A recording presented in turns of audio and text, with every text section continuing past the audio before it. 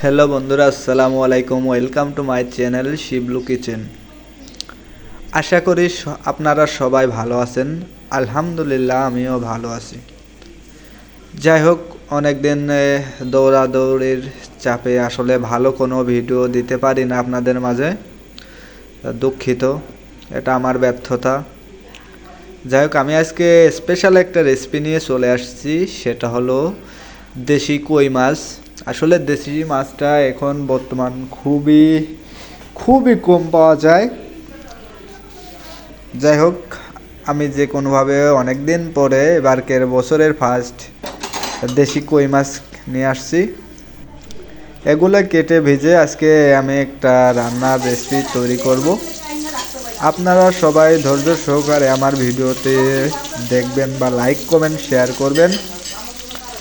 অবশ্যই ধৈর্য সহকারে আপনারা আমার ভিডিওটা দেখবেন। আমি শুরুতেই মাছগুলো সুন্দর মতো দেখে নে যে আমি মাছগুলো কত সুন্দর বাদামি কালার করে ভেজে নিয়েছি। এগুলোই হবে আজকের আমার রেসিপি, সেটা হলো ভুনা করব। যেহেতু মাছগুলো আমি একটু বেশি ভেজে নিয়েছি, হালকা ভাজা দিলে দেখা যাচ্ছে মাছটা ভেঙে যায়। হালকা ভাজার স্বাদ আলাদা, আবার বেশি কড়া করে ভাজা খাওয়ার স্বাদ আলাদা। আসলে মাছগুলো আমি ভুনা করব, সেরকমই একটা কড়াই নিয়ে নিয়েছি, কিছু পরিমাণ তেল নিয়ে নিয়েছি। এখন আমি শুরুতেই দিয়ে দেবো কিছু পরিমাণ পেঁয়াজ কুচি। পেঁয়াজটা যখন বাদামি কালার হয়ে আসবে তখন আমি কিন্তু মশলা দেব, আর কি কি মশলা দেব সেটাও আপনাদেরকে দেখাবো। আমি পেঁয়াজটা সুন্দর মতো বাদামি কালার করে ভেজে নিব। অবশ্যই আপনাদের ধৈর্য সহকারে ভিডিওগুলো দেখতে হবে। ভিডিওটি দেখলে অবশ্যই আপনারা অনেক কিছু শিখতে পারবেন। যারা নতুন পর্যায়ে রান্নাবাড়া করেন, অনেকেই কিছু জানেন না, তারা অবশ্যই পারবেন। আমি পেঁয়াজগুলো সুন্দর মতো ভেজে নেব। এখন ভেজে নিয়েছি, দেখেন। এখন আমি শুরুতেই পেঁয়াজ বাটা দিয়ে দিচ্ছি। দিয়ে দেবো কিছু পরিমাণ আদা বাটা, আদা রসুন বাটা যেটা পেস্ট করা আছে আমার সবই। এটা হলো পেঁয়াজ পেস্ট।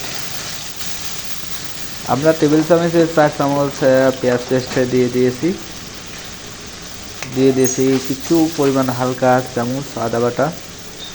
এখন দিয়ে দিয়েছি কিছু পরিমাণ জিরা বাটা। আসলে পরিমাণটা আপনাদের অনুযায়ী, মানে রান্নার মাছের পরিমাণ বুঝে আপনারা মশলাটা দিবেন। যেহেতু আমার মাছের পরিমাণটা একটু বেশি, সেহেতু কিন্তু আমার মশলাটাও দেওয়া লাগবে একটু বেশি। এখন দিয়ে দেব আমি হাফ টেবিল চামচ লবণ।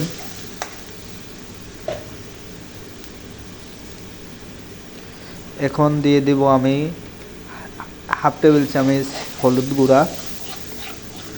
দেওয়ার পরে সুন্দর মতো আমরা নাড়া দিয়ে দিব। দেখেন, মশলাটা যত কষাবেন ততই কিন্তু আসলে টেস্টি হবে মাছের।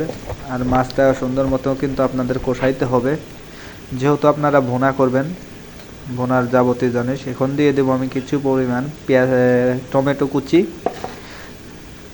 আসলে সবগুলাই কিন্তু আমার আগেই কেটে রাখা সুন্দর মতো। আমি এখন রান্না করতেছি, যাবতীয় জিনিস যার যেটা দরকার তখন সেটা তো দিতেই হবে। এই যে এখন দিলাম কিন্তু আমি সেই জিরা বাটাটা। মশলা বলতে সবই কিন্তু দেয়া লাগবে, আসলে খেতে হলে সব দিতেই হবে যদি ভালো কিছু খেতে চান। এখন দিয়ে দিলাম আমি কিছু পরিমাণ মরিচ গুঁড়া। ঝাল যে যেরকম খান সেই রকম পরিমাণ ঝালটা দিবেন। যেহেতু আমার বাসায় ঝালটা একটু কম খায়, তবুও আমি যতটুকু দিছি আমার জন্য বেটার বা বেস্ট, যেটাই বলেন। আপনারা ঝালটা আপনাদের পরিমাণ অনুযায়ী দিবেন। এখন দিয়ে দিব আমি কিছু পরিমাণ পানি।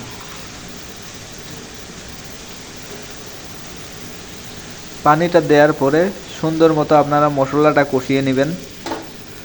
আপনারা মশলা দেখলেই আসলে বুঝতে পারবেন মাছটা কীরকম রান্না হতে পারে। মশলাটা কষানোর পরে দিবেন আপনারা মাছগুলা দেওয়ার পরেও মিনিমাম 5 থেকে 7 মিনিট আপনারা সুন্দর মতো মাছগুলা কষিয়ে নেবেন। যাই হোক, আমার মশলা কিন্তু কষানো শেষ। আমি কিন্তু এখন মাছগুলাই দিব। দেখেন মশলাটা কত সুন্দর কষতেছে। আমি এখন মাছগুলা দিয়ে দিব। আপনারা এরকম মাছগুলা দেওয়ার পরে মিনিমাম 5 মিনিট এরকম কষিয়ে নেবেন হালকা জালে। জালটা বাড়িয়ে দিলে নিচ থেকে মশলাটা লেগে যাবে। খুসুন দিয়ে মাঝখানে একটা নাড়া দিয়ে দিতে পারেন বা এরকম আমার মতো ঝাঁকি দিয়ে দিতে পারেন। দেওয়ার পরে এরকম মাছটা মানে চুলাটা আস্তে জাল দিয়ে আপনারা সুন্দর মতো মাছগুলো এরকম কষিয়ে নেবেন। মূলত যারা যেরকম ঝোল খান সেরকম ঝোলের পরিমাণ রাখবেন। মাছগুলা কষানোর পরে দিয়ে দিবেন কিছু পরিমাণ পানি। আমিও দিব আমার পরিমাণ মতো পানি। এখন পানিটা দিয়ে দিচ্ছি। দেখেন পানিটা দেওয়ার পরে মিনিমাম 5 থেকে 7 মিনিট আপনারা একরকম জাল দিবেন।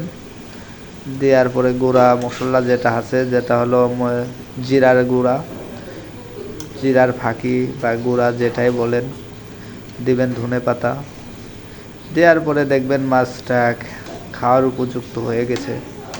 এবং এরকমভাবে মাছ রান্না করলে ভাত অবশ্যই একটু বেশিই খেতে হবে।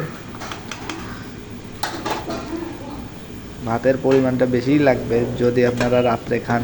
যারা পরিমাণ মতো খান তাদের অবশ্যই পরিমাণের থেকে বেশিই লাগবে। দেখেন এখন দিয়ে দিব কিন্তু আমি একটু জিরার গুঁড়া বা জিরার ফাঁকি, আপনারা যে যেটাই বলেন। আমি গুঁড়াটাই বেশি ব্যবহার করি, জিরা বাটাটাও ব্যবহার করি যখন যেটা লাগে। কোনোটাই বানা নাই, সবই আমার আগে আগে করা থাকে। মানে সব ব্লেন্ডারে পেস্ট করে নিয়ে নিই, গুঁড়ি হোক যেটাই হোক। এখন আমি জিরার গুঁড়িটা দিয়ে দিচ্ছি। এরপরে দিব আমি কিছু পরিমাণ ধনে পাতা। আপনারা ঝোল যে এরকম যেটা রাখতে চান সেরকম রাখতে পারবেন। যাই হোক আমরা লোক সংখ্যা বেশি, একটু ঝোলের পরিমাণটা বেশি রেখেছি। দেখেন আমার মাছ কিন্তু হয়ে গেছে ভুনা। আজকের মতো আমার রেসিপি এটাই। আল্লাহ হাফেজ।